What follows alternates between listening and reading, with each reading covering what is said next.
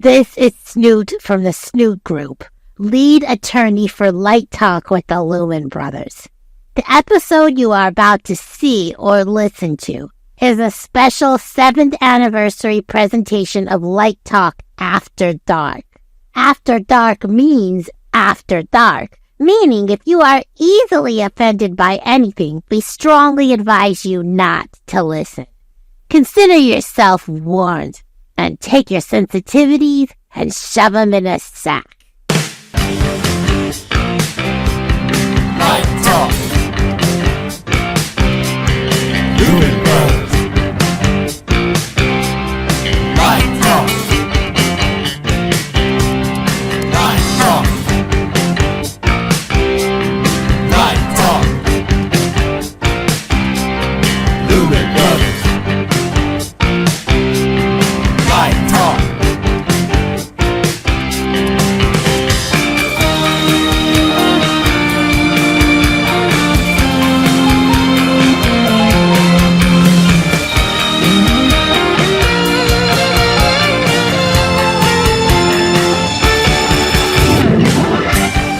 Hey, this is Steve in Dallas, Texas. It's Saturday night, my friend, and you are listening to a special edition of Light Talk After Dark. And get this, I'm Stan in Gainesville, Florida, and tonight we are celebrating our 7th anniversary year on Light Talk. Good evening, this is Ellen from the beautiful Caribbean island of St. Bart's, and welcome to our party. And this is Zach with my intern Solomon here from Washington, D.C. And I am thrilled to be back with my family on Light Talk, my other family. And this is Brackley from Las Vegas, Nevada. And what a night it is here on Light Talk. And this is David coming to you from the beautiful Belmont Shore neighborhood of Long Beach, California. And if you don't already know, you are listening and watching Light Talk, and we are the Lumen Brothers. And sister. That's right, Ellen. Welcome, everyone, to episode 365. And you know what that means? Anyone? What does it mean? What does it mean? Around the sun or something. It means we're past around the sun. We're started on the second cycle. Today we're celebrating the past 7 years of Light Talk. So it's our 7th anniversary show. And at the same time, we're starting our 8th season. That's right, 3 more seasons, and we have to pay alimony for the rest of our lives. The only people who live in California understand that joke. Okay, so tonight we have a special celebration planned for you. Remember last year's anniversary show? That was the one where we all embarrassed ourselves with that crazy game of Name the Guest Who Said That. This year, we decided to do something different. So, to save embarrassment, that's a little late for that line, That's right. we decided to invite 5 of our past guests to the show. Then they can do the majority of the talking without us having to say anything too stupid. Amen. That's right. So, Ellen, would you please introduce our guest to our listeners? Of course. First of all, we have our good friend Ann Militello calling in from Los Angeles. Ann was one of our first guests in our first season, and she introduced us to Goddess Mountain. Then we have our wonderfully brilliant friend Bob Boniol calling in from Seattle. Bob is doing a lot of work with some really cool cutting-edge artists, including a piano player called Billy Joel. Then in the opposite corner, we have the amazing designer and wonderful mensch, Bob Barnhart, calling in from his living room in Los Angeles. Our returning champion is Dennis Size, calling in from New York. He has made more guest appearances on Light Talk than anyone else. He is constantly giving us suggestions on how to improve our shows. Maybe we should start taking his advice. Yeah. And finally, we have our very first guest, who was kind enough to take a chance and be interviewed by the original Lumen Brothers, Steve, Stan, and David, way back in episode 6. That's right, May 22nd, 2017. Creator of the Joshua Light Show, our wonderful friend, Josh White. Welcome, esteemed friends and colleagues. Woo, yeah. So thanks, Ellen. For this year's anniversary show, we decided to do an open round table discussion with our semi-distinguished and distinguished panel. So let's get started. So I have one question. Does anyone have anything they want to get off their chests right now? This is my chance. I'll hop in because, as you know, I never have anything to say to begin with.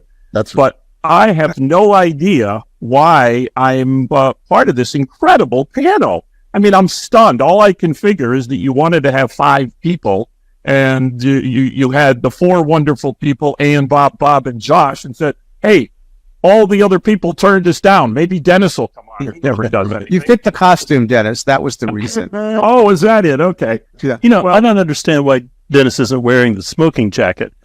He's a Light Talk 3-timer. That's You right. know, I like to figure out what to wear. I was trying to figure out what to wear, but I got bogged down in the kitchen.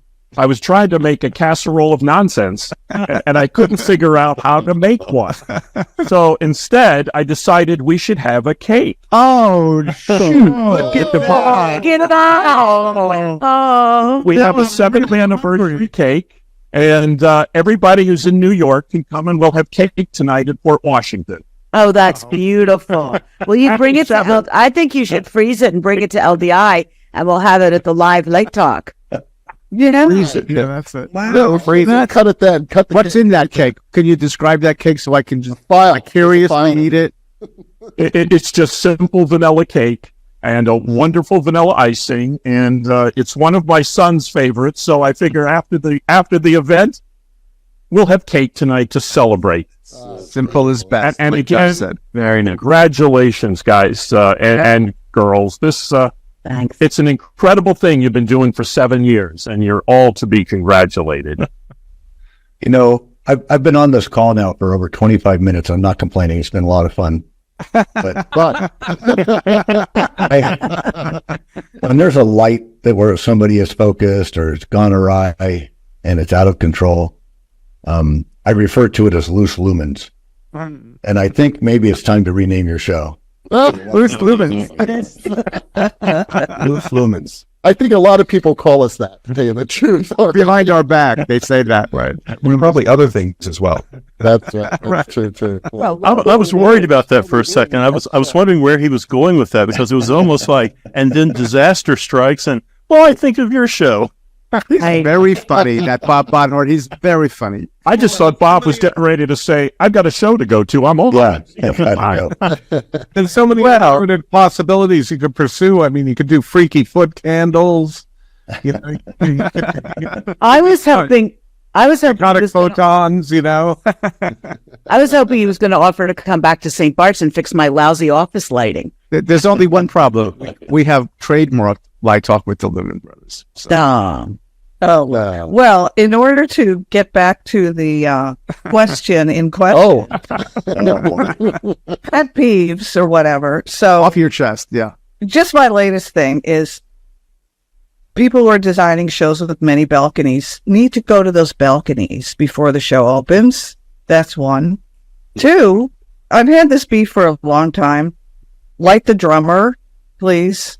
You know, because a lot of the young bands, they forget about the drummer, because the drummer's like right below the most upstage truss. They put the drummer as far back as they can, and then the truss can't go any further, and then the poor drummer never gets lit. I've seen this over and over again. Those are my you said to free think, and I'm just starting. I'm just starting. I mean, Ann, you're totally right.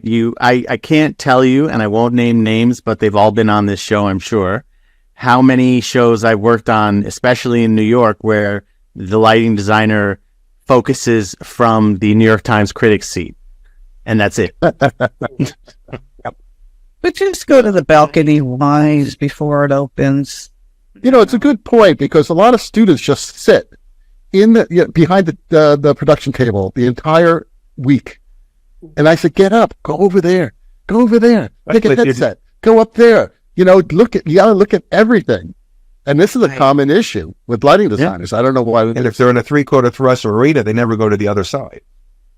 Yeah. Oh, right. And I think it plays to a demand that I hear a lot now, which is, you know, we just did Christina Aguilera's residency at the Venetian, and we really had to evaluate that design for Instagram, because that's what it's for. Like, That's right.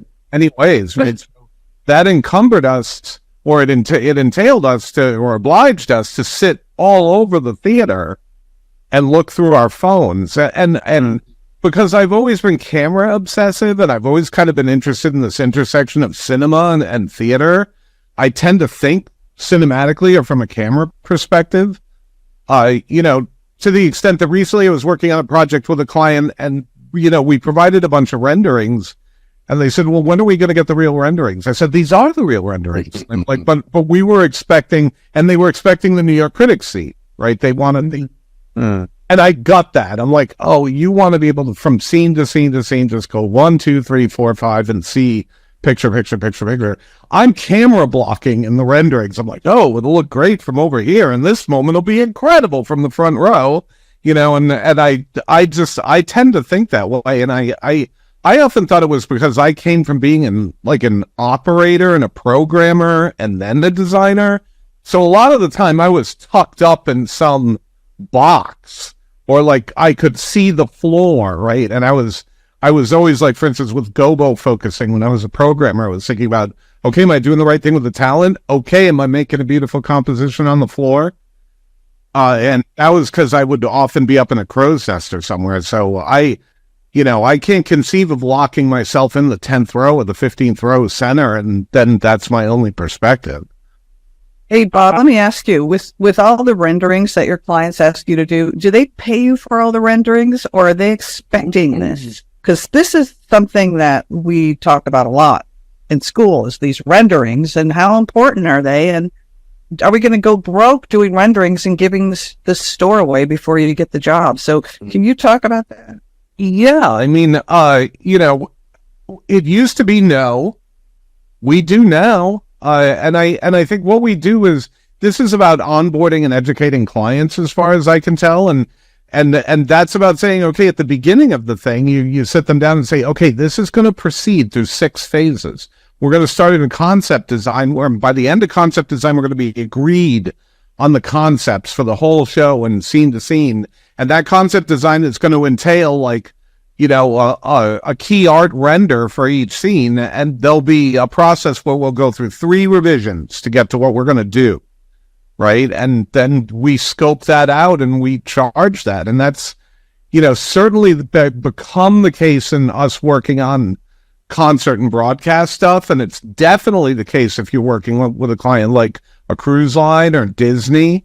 I think that they're thoroughly have become used to that part of the process, and it being it's not something that anybody should be doing for free. Now, I want to say that I feel like there's an ecosystem that happens in more theatrical things where it's just about wringing everything out of the individual designer that you can get and jamming it into an all-in-one thing. It's like a whole different universe. But I think in most of the places I work, like broadcast or concert or, what I call big institutional entertainment, like the rendering and the concept development is absolutely something that designers should get paid for and do. Unfortunately, it's harder and harder and harder to get that understood by the clients, Bob. It's a great question, Ann, because we face that all the time. I mean, I have about 12 projects on my plate right now, and at least 4 of them have light plot revisions that are 11, 12, 13th revision. Scenic designs that I get that are in their 8th or 9th revision because clients can't make up their mind. And then as the budget hostage negotiation commences, you're dealing with, we can't afford that, we can't afford this. Then the scene designer, the art director's making changes, which then trickles down the line to what we do. And we do so many studio installations, we've got to do a complete set of renderings because somebody in HVAC has decided the ductwork needs to be 6 inches bigger, and then all of our grid drawings get thrown out the window. However, the client doesn't understand that, we should be paid for the extra time spent by the draftspeople. It's a difficult thing to get across. It's amazing. It's amazing anyone makes any money with that. I mean, fighting the client. It goes back to when we were younger, and you were running around down at La Mama. You weren't getting paid $1,000 a day. I was doing crap theater projects on 4th Street when I first came to New York. None of us were getting paid. And we have that's so ingrained in us that even at this point in our careers, it's all about the show, not necessarily about getting the money. And it's unfortunate. And those of us who have, major companies, we've got a lot of mouths to feed. At Lighting Design Group right now, we have 50 people on staff. So if people aren't getting some sort of remuneration for all the work, then the company goes under. It's just that it's very difficult because by nature of lighting design, we were the kids in high school that ran and did the job just because we loved it for free. And it's unfortunate that it's hard to separate that, especially at the level we work at now. Obviously, we get paid pretty well, but the reality is, even now, I laugh at some jobs because I do the damn job for free, just because I love what I do so much. And hopefully David cuts that out because I don't want any clients to hear that. No, nothing's being cut out. No, even my but I mean, It's after dark, baby. it's after right. dark, But that's the thing is that, a lot of times clients understand that this is our passion. And so they abuse us in that way that they know that they don't need to pay us anymore, especially in theater, I have to say, because everybody wants it and there's so much competition and who's going to be cheaper and who will just kill themselves for it. And so why, the fees, and especially off-Broadway regional theater, they really haven't gone up in 30 years. No, it's terrible. It's terrible. Or even on Broadway. I got offered a Broadway show this year. It was with people I loved, like dream creative team people I would want to work with. With a typical out-of-town development cycle, and then a New York opening. I so wanted to do this show. And when we started talking to the producers, it was like ludicrous. Like, what?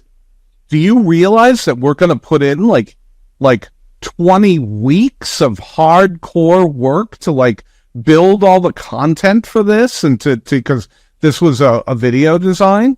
It was, theater, like I said, exists in this other universe. To the other point, though, I am a kind of person, I want to do the show, right? But what theater aside, with all my other clients, I'm happy to joyfully let them know that I know exactly how much money they're making. Sure. I've seen ticket prices to the shows I'm designing on StubHub and on Ticketmaster. I know what the broadcast revenue stuff is, and I just, from producers on that side, I'm like, but it's like this other universe, and it boggled me, and I had to turn that show down, and it broke my heart. How about diverting that to Bob, the other Bob Barnhart? I mean, Bob, with all the high-end projects, Oscars, Super Bowls, that sort of thing, you must face this all the time at an extremely high-end level. How do you deal with it? I watch it more than have to experience it, to be honest with you. But first of all, to get through the to-do list, pet peeves. For mine, they're all about production designers and directors. So we'll have to save that for another. No, you can talk about it. No, that's just kidding. Just kidding. But I do think production designers have it much worse than lighting designers do, just because you have to turn out so many more renderings. I don't really get asked to do renderings, but I do think, and correct me if you think I'm wrong, but wait until the show's over. But I think because you're capable of turning it around so much faster now with the technology that we have, they're happier to ask you to do it. I mean, I've got a couple of funny stories, but one production designer I was working with, we're doing this Memorial Day show for the soldiers, and he's during the Afghan war, and he's got a picture of Afghanistan behind this speaker. And the director said, "Can you please re-render that so it looks more like Afghanistan?" And it is Afghanistan. Maybe put a sign up. But my favorite one, I'll have to leave the show name out of it, but he knows who he is. But it was a very funny line. But he was getting looped around this production designer forever and ever. It's about a month before the show, and he finally says that the design process is over. And I was texting him going, can I say that too? Because I haven't even started writing yet. But I don't do it. I know that a lot of things are going to change, to be honest. You get with the production designer, you understand the basic layout of the show. I lay a light plot out pretty quick, not something that anybody would ever see, so I can get my budget going, get my equipment list figured out, figure out what my budget's going to be, and then I can start negotiating, the hostage negotiation, start negotiating with the, executive in charge with, I think this is how much it's going to cost us. We're not, that way, if everything's getting too big, then the production editor is also not getting jerked around. If they're saying everything's too big, everything's too much, it's like, okay, I just light what you produce, right? I'm going to light what you produce. I'm lighting what the production designer is designing, and I'm lighting what the director's going to shoot. I was once told to save some money. Don't light the audience, we'll save some money. Well, audience light obviously doesn't cost very much money. I said, that's fine as long as I don't shoot the audience. Well, we won't shoot them very much. Well, no, you probably won't shoot them at all. This whole game is weird. But so what I do, like even if you take something really on a large level, like a Super Bowl halftime show, there's going to be so many lighting positions that I'm going to be able to physically get into. How many lights I can put on that? We don't know yet because I don't know what the budget is. So I will draw it to my desire within, let's say, last year's budget. I haven't done a Super Bowl for a couple of years, and then I just sit on it and I let the production process go through its thing. And as it settles in, then I refine the plot. I'll probably just get it down to about 3 times. That just probably comes from some experience of not wanting to go through the process so much. And since I don't really have to submit the light plot to anybody, I just have to come up with an equipment list. I save a lot of drafting money because I don't draft. So I like to save whatever kind of draft money. And luckily, I'm not asked to do renderings. I have been asked to do renderings, but I just smile. But I don't. I could ask a group question here just to get answers. For me, the process that's most interesting and has been going on now for quite some time is pre-visualization, because pre-visualization empowers people that aren't necessarily principals to have opinions. And it becomes a chain. And so anybody can weigh in on anything. And none of it's real yet. It's all pre-visualized. And I also think that what it does is it makes it almost impossible to work in the moment, to improvise a little bit in the moment. I think everything is pre-programmed, everything is done ahead of time. And I don't mind it happening on spectacles, Super Bowls and giant arena shows. That's the people are paying an enormous amount of money to go to what is essentially their version of the Ringling Brothers circus that I went to as a kid.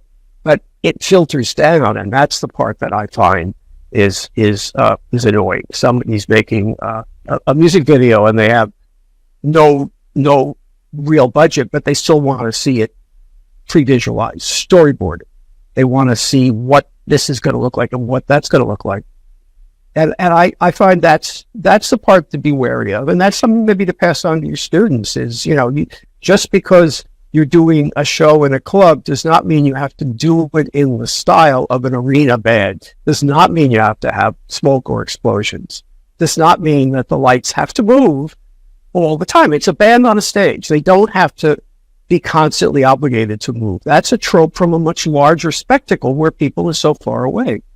And the reason that I've gotten involved with this a little bit is because of my love for the light shows. And these light show artists will go in doing original work that's different in every performance. And in the club, there'll be a guy who does the club light. He's in charge. And he's got some crappy Chevette lights that do shit.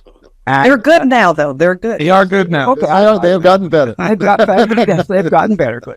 But the point is, the ones in the club, and then there'll be a big screen behind the band because the club is going to do sports and project. And the light shows feel like they have to limit themselves to the screen, and they have to accept a person who is running basically some club lights, basically ruining the experience. And rather than complain about it, I offer these light shows. You don't have to project on the stage. Nobody sees it anyway. Project on the ceiling. Do it somewhere else. And there's now some very successful shows that are out there that don't try to compete with movers. They just find the blank spots and it pleases people.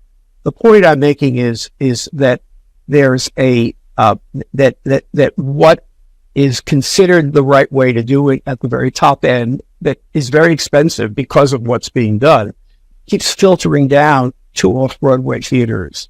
You have just a little bit more. You have an off-Broadway theater that's a space for artists to come and perform, and you put in a programmable lighting system. Now, if an artist comes in, there's got to be time to program it.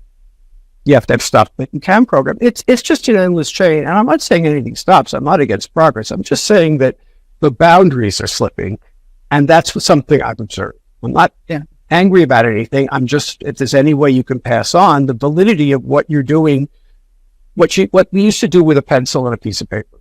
That was a big process anymore. One of the issues that happens now, though, and we have a lot of clients that will ask us for pre-visualization, and like Bob just said, sometimes you have to say the design process is over. We have to tell these clients, depending on how big the job is, no, we're not going to pre-visualize this. You cannot afford it.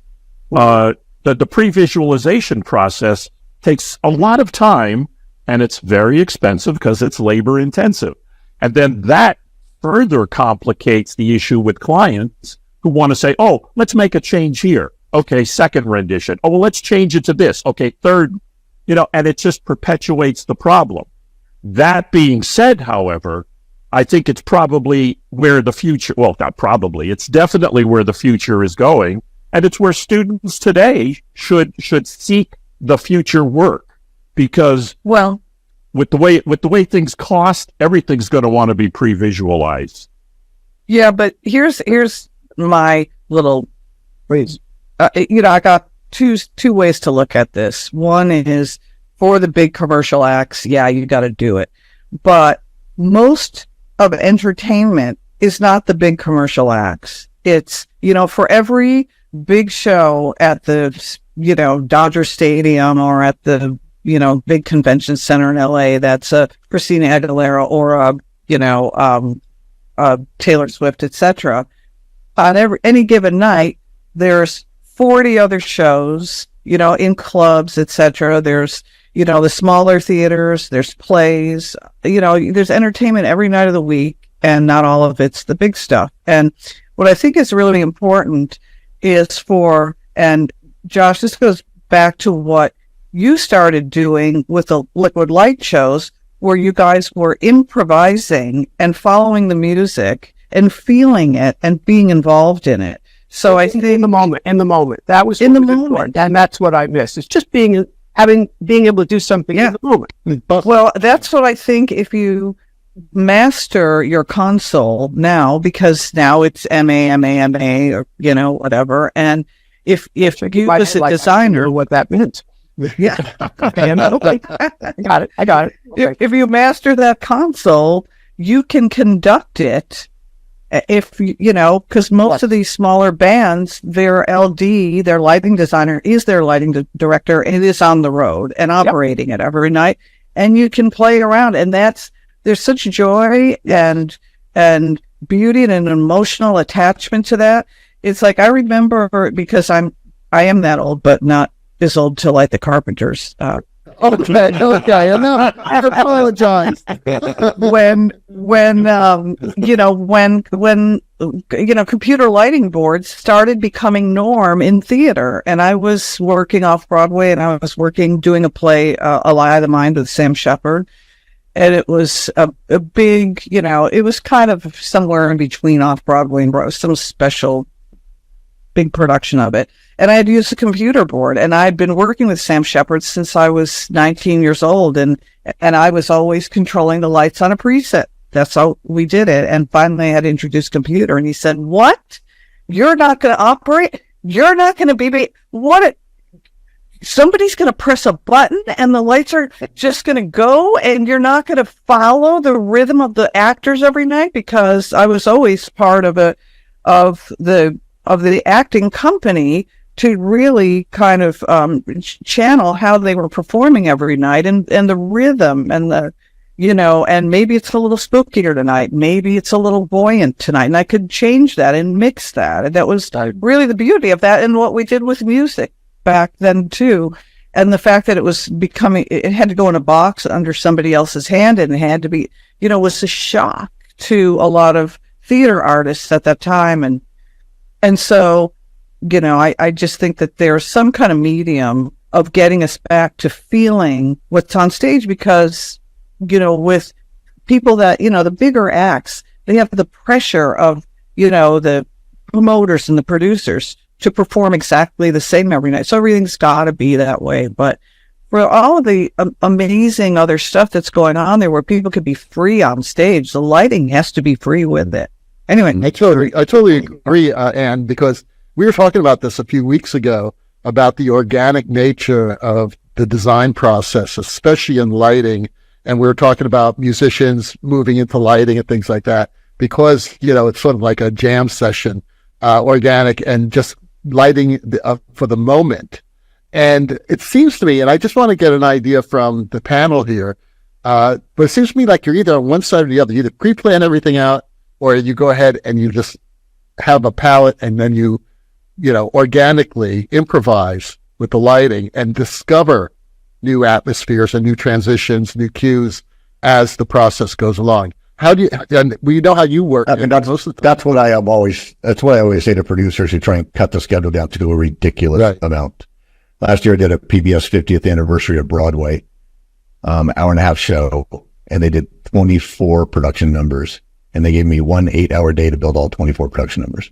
The problem is you're removing the discovery process out of that. Yeah. Right. Yeah. So what we had to do when we did it with the production designer, Steve Bass, is we went through every single production performance, and we came up with color palettes, did renderings so that I wouldn't have to discover the color. We could agree on the color, because, all of for television lighting, you spend most of your difficult time lighting scenery.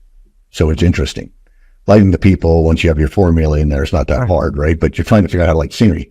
So for me, previs has never been that useful, because if I'm wrong about 25% of the lights I use to light scenery, when I get in there, it's all going to be thrown out. The only thing I got really was my color palette and maybe my cue base. If I was a touring lighting designer, I think it's more useful. When I did Super Bowl halftime shows, I prevised. One reason was because a lot of times we couldn't get in the stadium, or it was raining or whatever. But also, most of the lighting in a Super Bowl halftime show is scenery. I'm creating scale and tempo.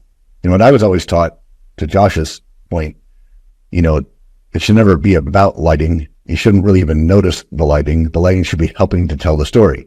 And if you're in an intimate little club, and I don't care if it's a rock band losing their mind, if it's an intimate little club, you should just be illuminating it. There's no story that I need to help tell. That is the story. So I need to help tell it by being low key. There's always something you're trying to do. To Anne's point, when I first got out of college, I worked for Flying by Foy, Peter Pan, right? I did like 200 different productions of Peter Pan. When I did it, it was all manual systems. You're off stage and you're performing with the performer on stage. And as I was leaving, they were going into the motorized system, and that just turned me off completely to that idea, because there is no interaction. It's just going to do the A to B, C to D flight sequence that was pre-programmed. And, I would have Kathy Rigby purposely throw her sword across the stage on a Sunday matinee because she was bored, and she'd look off stage and go, I guess you better get me out of this. And then we'd have to come up with a whole new flying sequence. But that's fun, right? And that's what performance is about. That's what live performance is all about. So, for me, I don't think previs is that helpful for me. I don't find it to be worth the cost. There's a cost involved.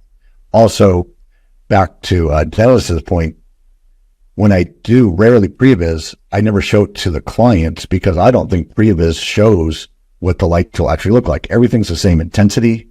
It's all got the same beam value.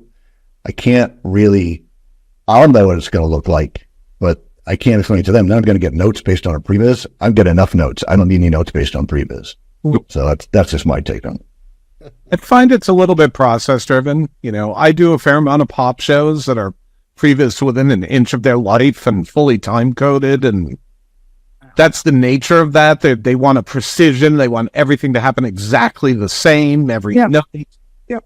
There's a scarcity issue with good operators, right? So you have to button it way up ahead of time, because you can't leave it in the hands of somebody who can be performative. I mean, because because I was doing theater at Trinity and working at the Living Room and basically doing lots of jam bands and a lot of like local band stuff. I had a performative love for lighting. Like I love running a show to the extent that I probably then later in life, like, committed lighting felonies. Like when I was on Beauty and the Beast, I got bored of running VLQ, so I turned off the Macintosh and I was running it fully manually on the Artisan. And Natasha Katz is probably going to drop a hammer on me, but I would be like watching the Beast and like not going with Dan Langhoff or the BSM. I'd be like, nope, now. Right. And I'd be like, but that was because I was choosing to engage at that point as kind of a performer in the show. And I think and fortunately, and I love to do that. And sometimes I get that opportunity on the big stuff. Like we did Hip Hop 50 at Yankee Stadium last summer. That was a 10-hour show. And we busked the whole time because, Josh, I was thinking of you while we were doing it, man, because it was like just feeling it, going with the music. There were no way you were going to pin any of those artists down in terms of what they were going to play, how many tunes, what order, where they were going to break out, where they were going to start interacting with the audience. So I brought like an inconceivable amount of material for 10 hours and I just slung it. Question. Did you have follow spots? Oh yeah, we had follow spots. We had a very, very ample super trippers. And it was for broadcast. So to Bob's point, one thing that got carefully articulated and had consistency was lighting the talent. Mm-hmm. But then everything else, I mean, the set, quote unquote, was enormous screen spaces. Mm-hmm. That was what I was dealing with. So, and there was no way to do that other than to busk it. Good. But the point is you were, that I appreciate is you were in a position that you could. It doesn't mean you had to. It was just you were the right person to do it. And that's all I'm looking for is an understanding that sometimes you can't rehearse it. You can't put it all on a track. People are basically, they have a lot of tools now. And I'm tilting my head because I bought a ring light and I'm trying to find a way to avoid doing this.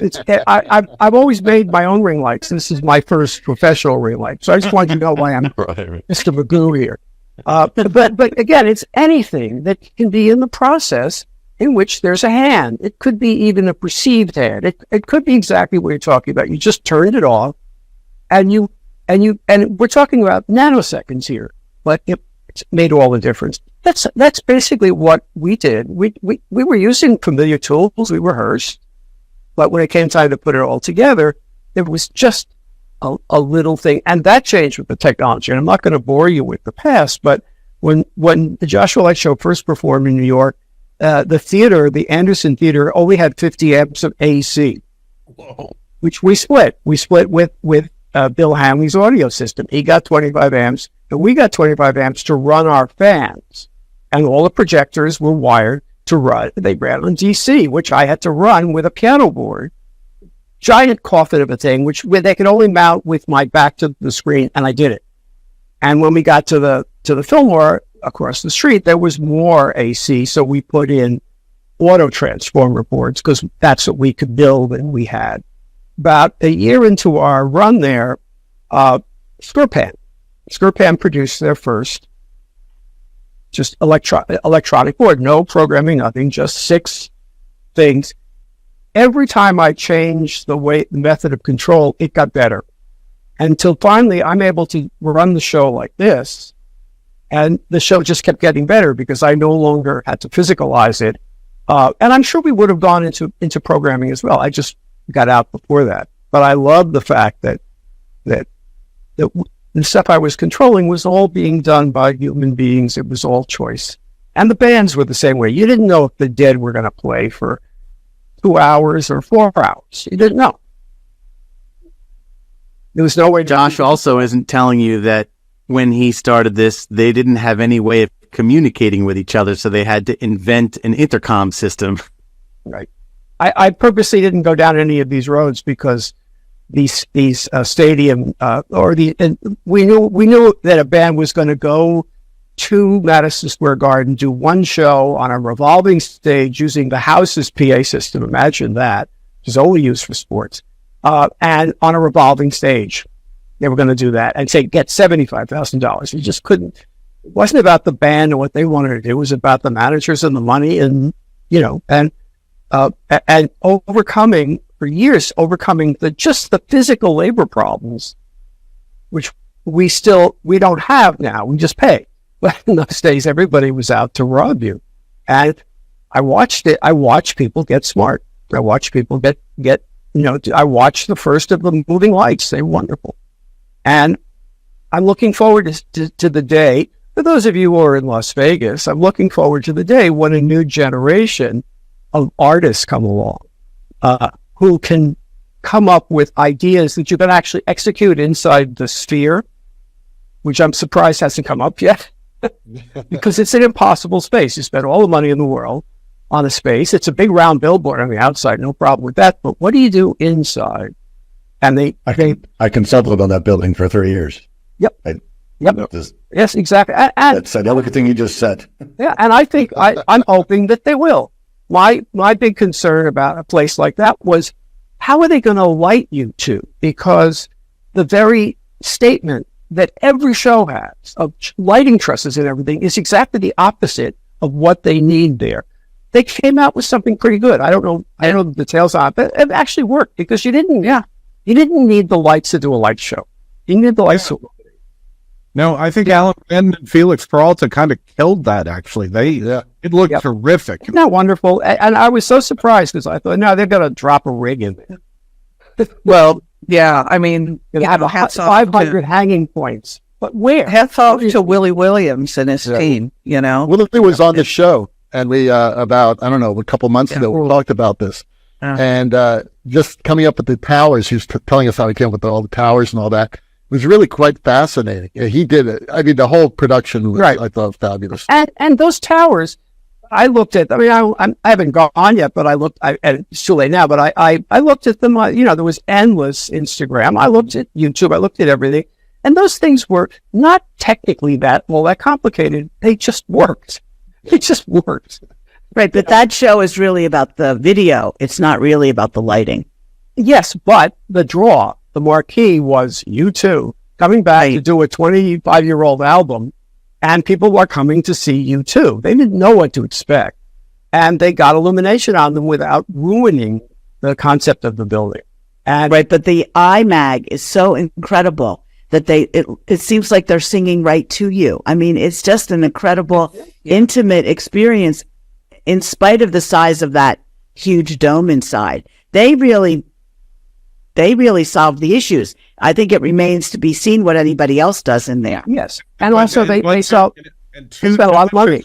To Josh's point, we just witnessed with U2 an incredibly surgically created, buttoned up, massively pre-visualized production. Amazing. It blew my mind. I was, I got to see it a couple times. What I'm fascinated to see now is what Chris Caruta and Abby Holmes. Yes, exactly. Yes, exactly. They've got. I would go there. Tunes that they could cover in the residence. Right. I would go to Las Vegas to see Chris Caruta. I would too. I go to. It's the only arena show that I've gone to is because he does. Exactly what I'm talking about. He has control of everything. They rehearse, they figure shit out, but in the end, he makes the choice, and that I just love that. I envy that. If I were starting now, he would be the person I'd be emulating because Candace Brightman did the same thing with the Grateful Dead a generation before. She stood up in the back of the arena and she just mixed the show. I just love that, and I hope that students and people like that, I hope it's moving towards that. Is don't get all caught up in having to do all the work ahead of time. See if you can if there's a way you can create any kind of a window. Or it's all when I was 17 years old, I used to yell at the end of Dead shows, "Thank you, Candace!" Right. I already knew at that point it was her. Yeah, but and she was good at the Fillmore.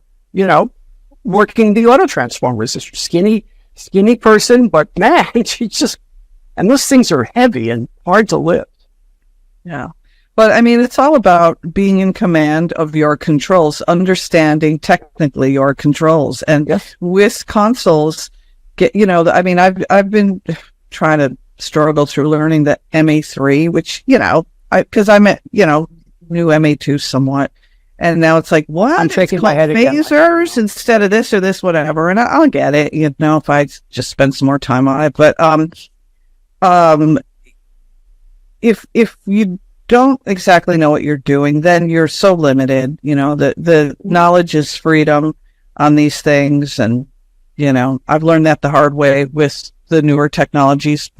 And that's what, younger designers can pick up a lot easier now because they just have the aptitude. And but really understanding your tools, your command control. I mean, it's like young painters when they invented acrylic paint.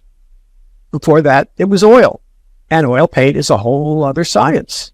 And acrylic paints, same thing: brightness, fullness, richness, and they dry instantly. A whole other style of painting. It's highly reductive what I just said, but it's basically true. And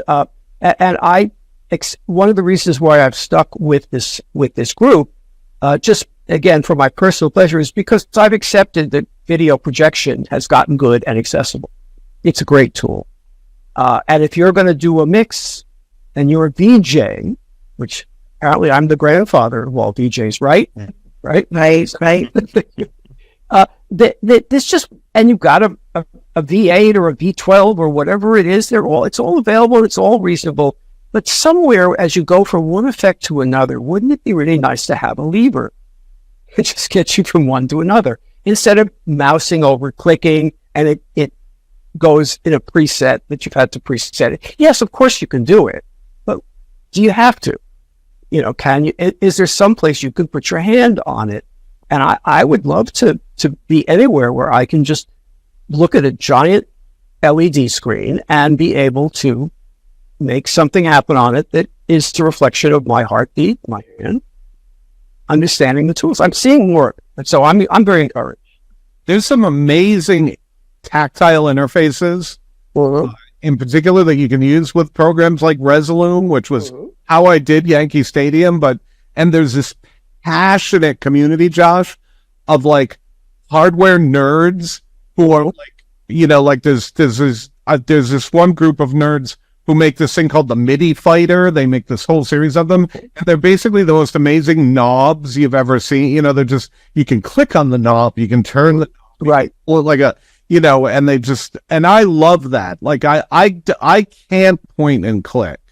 I have to have faders. I have to have knobs. I have to, when I'm running live anyway. Without the tactile interface here, I find that I'm too disconnected.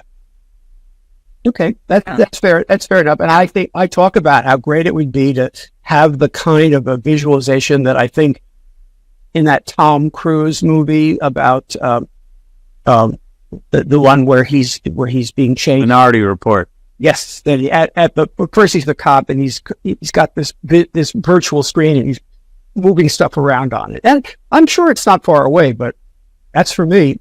I just want to put my hands on it. Light itself. Like if we, really seriously consider the medium that we're working with, it's not a sterile thing. It's emotional. There's so much to it, and it's hard to be technologically, distracted and removed from really what it is, which is, an expression of emotion and creativity. Okay, now I'm getting too deep. I'll stop her. Well, but it's important. It's important, and because you're a teacher.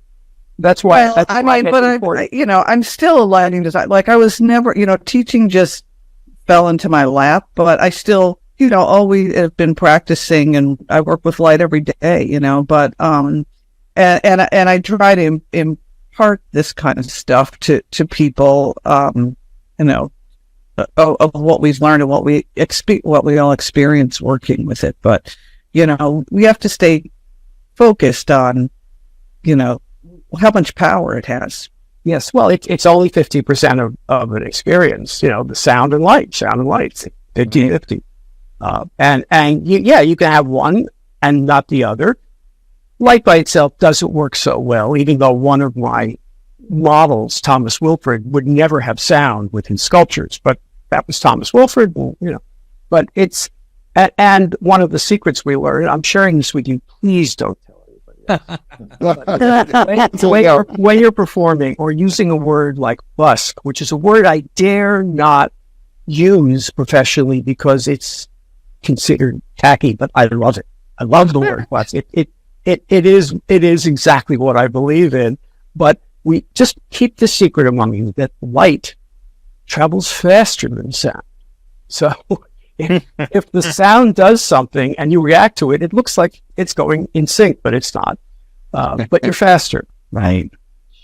That's the only reason I ever use time. The only time I ever use time code is Super Bowl halftime show, because the sound is bouncing around so bad. Yeah. That it might look good in the stadium. It looked weird on TV. Yes. Yes. And the time code fixed that. But I never used it with So You Think You Could Dance for all 17 years. Right. That dancer is supposed to fall into a pool of light. I want that pool of light coming up and start falling into it, not, when we rehearsed it that one time, yesterday. So I'm all right. I did early video projection. James Taylor at the Hollywood Bowl. It was our standard Joshua television. It was 2 screens on the performer in the middle, and it worked great. And during the show, so I left someone to mix his visual, which was easy, and I walked all the way to the back of the Hollywood Bowl, where it was so out of sync with the picture because they hadn't figured out any of those things yet, and nobody cared. The audience was happy as could be, even though there was this 15 by 20 foot image of James Taylor out of sync with what you were hearing. But they loved it anyway. And now it's not a problem anymore. I was just going to say, to Anne's point before about tools, Bob's new tools, Bob Boniol, come from the AI world. And I thought it might be interesting to ask each of our 5 guests a little bit about AI, if they've dabbled in it, what they think it might do to their work. And Bob, what about asking Midjourney for a Joshua Light show? What would you get? You don't get very good stuff. It turns out that most visual AIs have not been extensively trained on Joshua's materials. So you get stuff that on the surface might look psychedelic or something, but it's just not Joshua stuff. Well, and all it can do is look at photographs, and so it sees people holding up iPhones and a giant burst of light. And that's why I answered it to find out what it looked like. And I post like crazy, just putting traditional stuff up. Come take it, use it, or if it's for a film or something, that's how I make part of my living now. You're doing a film about Aretha Franklin performing at Winterland with Ray Charles, a magical night that was recorded, and you'd like to have a light show behind her. The problem I know is they didn't have a light show. It was really ugly to look at, but it was amazing to hear. But I made them a light show that was appropriate to what they wanted, and I made it in 3 speeds just so they could make a choice in the moment as to what would work. And it worked. When you saw it, it didn't look tacky. It looked like it belonged. I love making adjustments. I love site-specific, which is why the sphere intrigues me. Just how it's you can't measure it against anything else because somebody spent way too much money making it. But somebody spent way too much money building the Radio City Music Hall. And now the same guy owns both of them. So right. And how about that?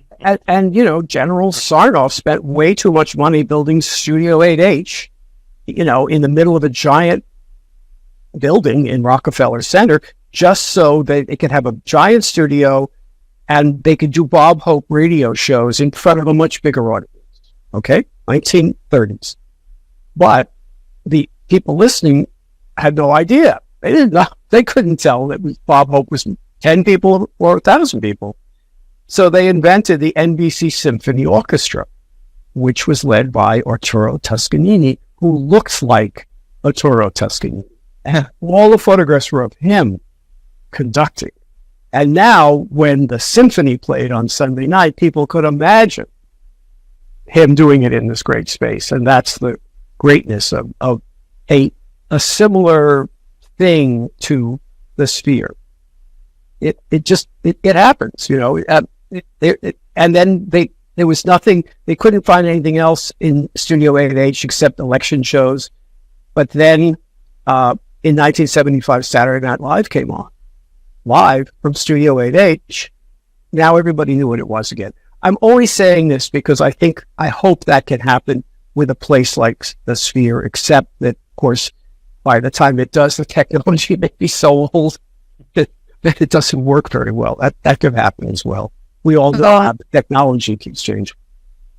Ellen, to your, question, talking about AI, I have another question. To what end are we going with it? To the end of, are we going to let this thing design shows, or are we going to let it operate our shows, and where are we in there? I have so many mixed feelings about it. I know it can be used beneficially, but I haven't figured out what that is, because I don't love all the images it produces, and it's like it's cheat. I want my brain to do the work. I want human brains to do the work. It'll get creating, better. It'll get better, but why? Why do we have to give that? Because technology improves.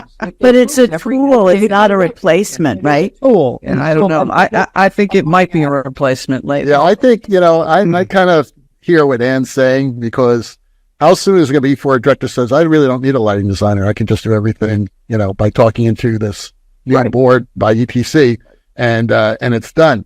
But, just to talk about AI, where it is a great tool is when you're doing, and I'm sure Bob can speak to this as well, is when you're doing like a resolution, you get a bad resolution of an image and you want to create a higher resolution image. There are programs now that will do this pretty well. And I'm working on a show right now where I'm the video designer and the lighting designer and set design. I'm thinking, well, why am I doing that? But anyway, I'm doing it all. And a lot of that is I have to restore a lot of images that were, from photographs that were in the 1940s. Right.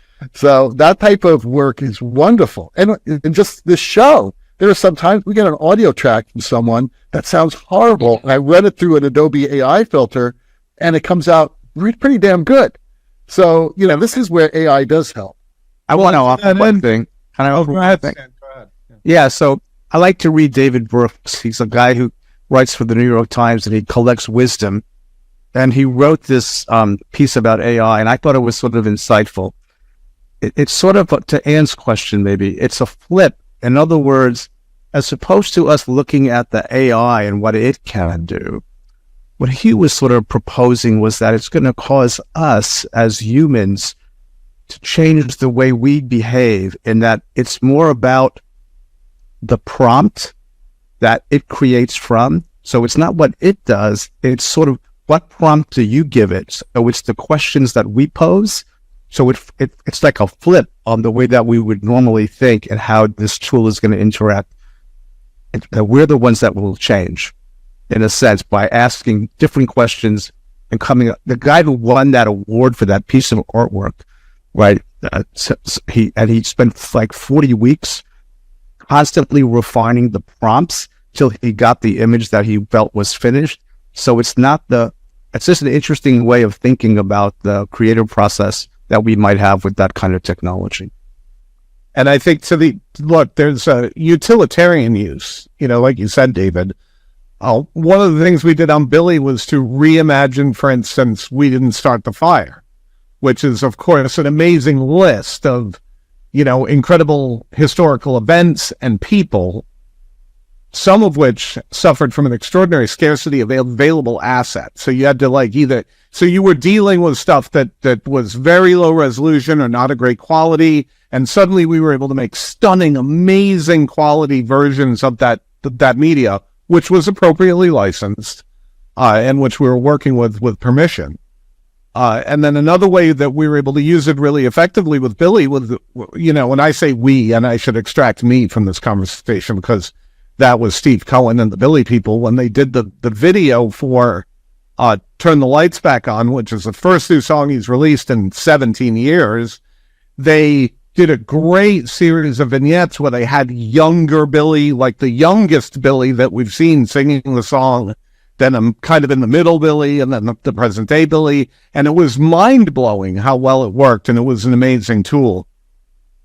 I think though, and to what you're talking about, and this is a little bit of rain on a parade in a way, and I think it's reality. There's going to be a whole type of entertainment, 100%, that's going to be really substantially AI created. And I, there is a large audience out there who I've heard producers say this, and this is a controversial statement. Don't ever underestimate your audience. There are enough people out there willing to watch reality TV that means that there are enough people out there willing to watch almost whatever is given to them. And there is going to be a whole category of good enough entertainment. Go to Disneyland. Right. Well, they've been entertaining you for years with audio animatronics. They're very proud of it. And they just get better, but it's still, it is what it is. But people love it. They buy it. But audio animatronics have the correct number of fingers. Well, they can enter the back. They've got to get a handle on that now.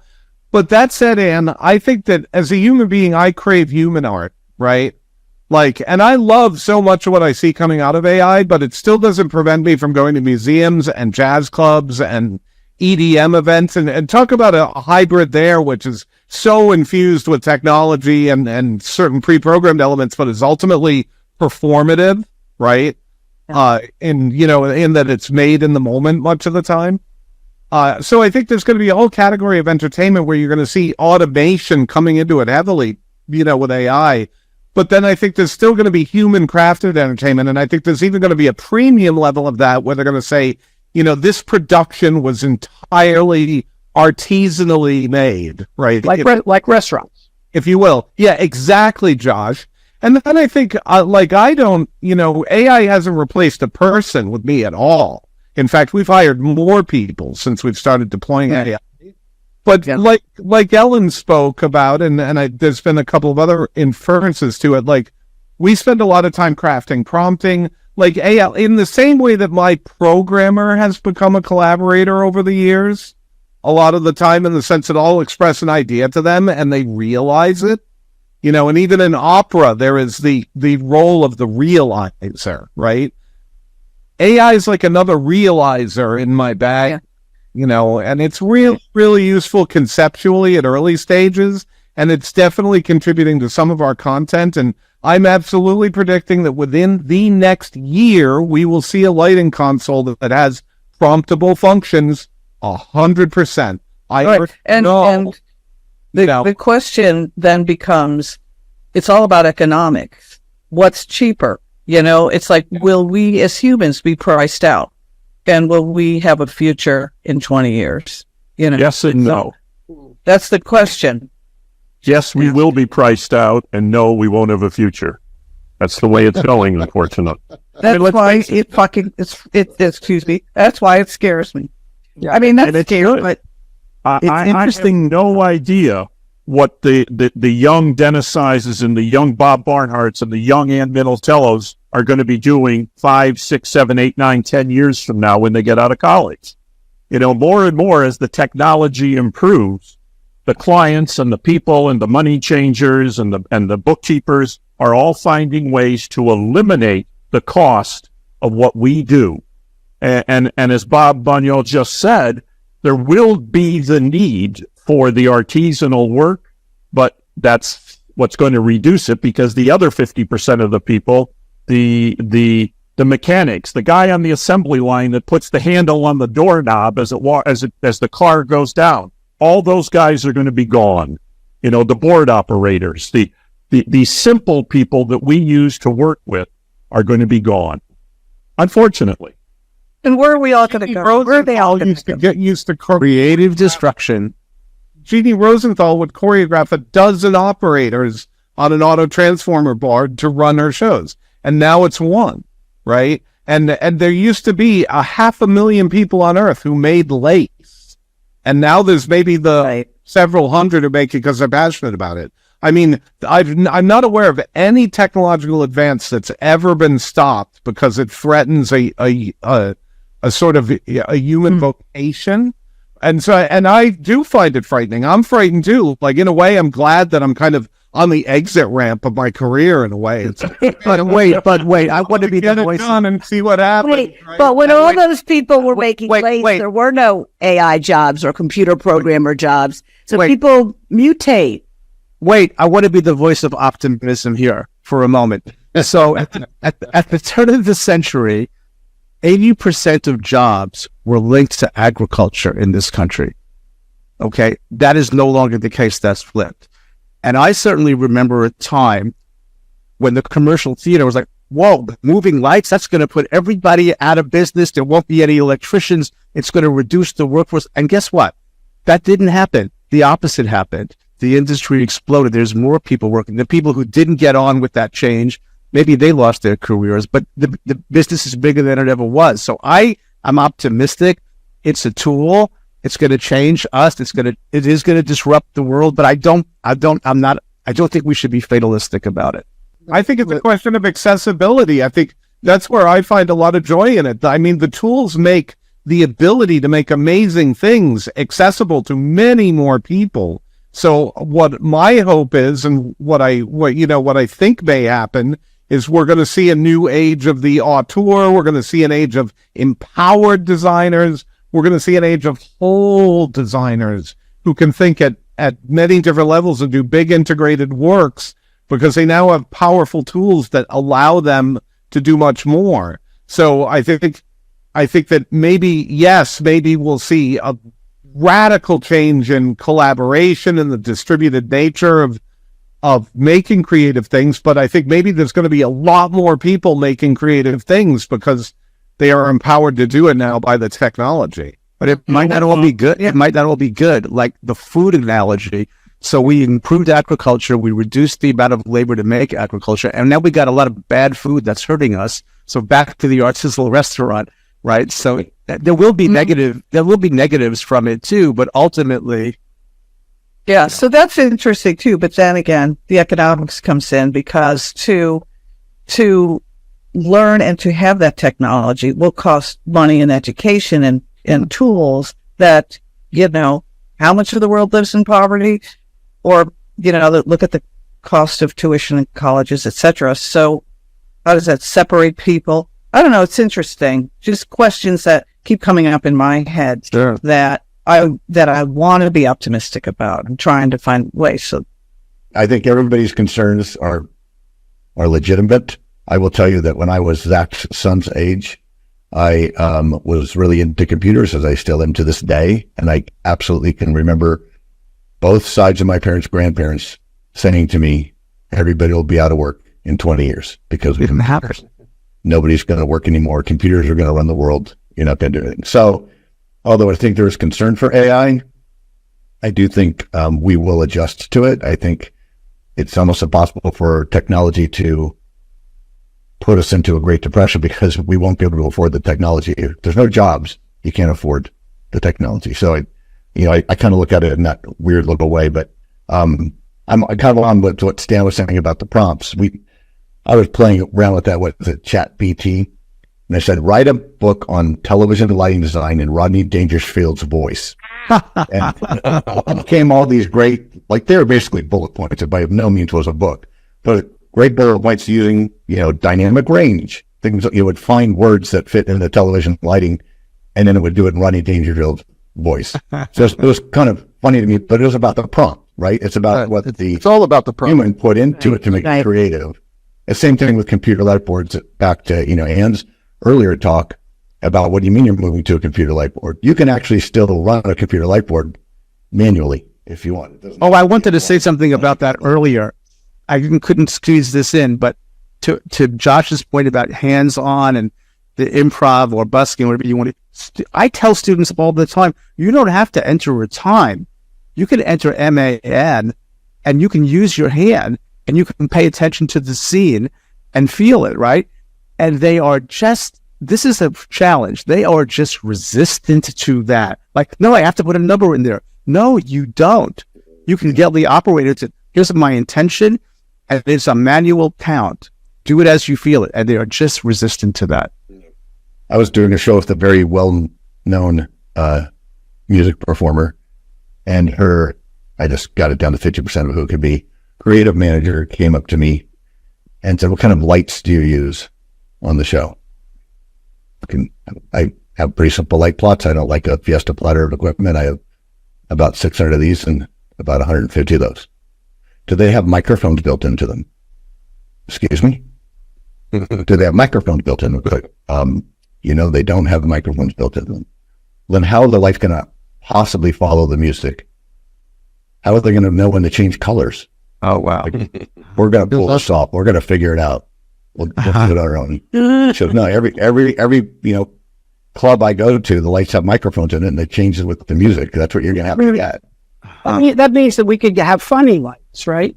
Funny lights. That's a goal. I'm into that. Funny lights. Yeah, absolutely. Well, guys, this has been incredible. We're kind of running out of time, and if anyone has something final to say, except Stay optimistic. we are Stay optimistic, right? Yeah. And it's so wonderful that everyone here is so successful and so happy with the art that you're creating, that everyone here is creating. And thank you for being part of this amazing night, being part of the party. And we're going to have drinks after, so everybody stick around. And cake. Oh, really? Virtual drinks? Let's brought the cake. Let them eat cake. It's got a sun on it, too. Hey, can you send me a cheese Dennis? Emotional level right now, 7 years old. Okay, well, the rocking sounds of the Luminoids tell us that once again you spent another evening listening to Light Talk After Dark. You can hear and see our show on just about every podcast site out there. Check out our website at lighttalk.org and be sure to follow us on Facebook and subscribe to our podcast. That way you will not miss a second of Light Talk insanity. No guarantee is offered regarding the accuracy of any statements or opinions made on this podcast. However, If you decide to litigate any of these wonderful experts, the Snoop Group with the legal team of Sparks, Burnout, and Chase will defend us until our retirement funds are depleted. Light Talk is written and produced by the Lumen Brothers and Sister, coming to you from Las Vegas, Long Beach, Gainesville, St. Bart's, Washington, D.C., Los Angeles, Seattle, New York, and the Republic of Texas. Be sure to join us next week. We talk more about more lighting shenanigans and serve you more of our Cassserole of Nonsense. The future's there. The future is here. Light Talk, broadcasting questionable lumen knowledge and humor around the world. So we'll see you all next Saturday morning. Thanks to our guest again, and bye-bye, and happy anniversary, everyone. Happy anniversary. Happy anniversary. 7 more years. Oh, God.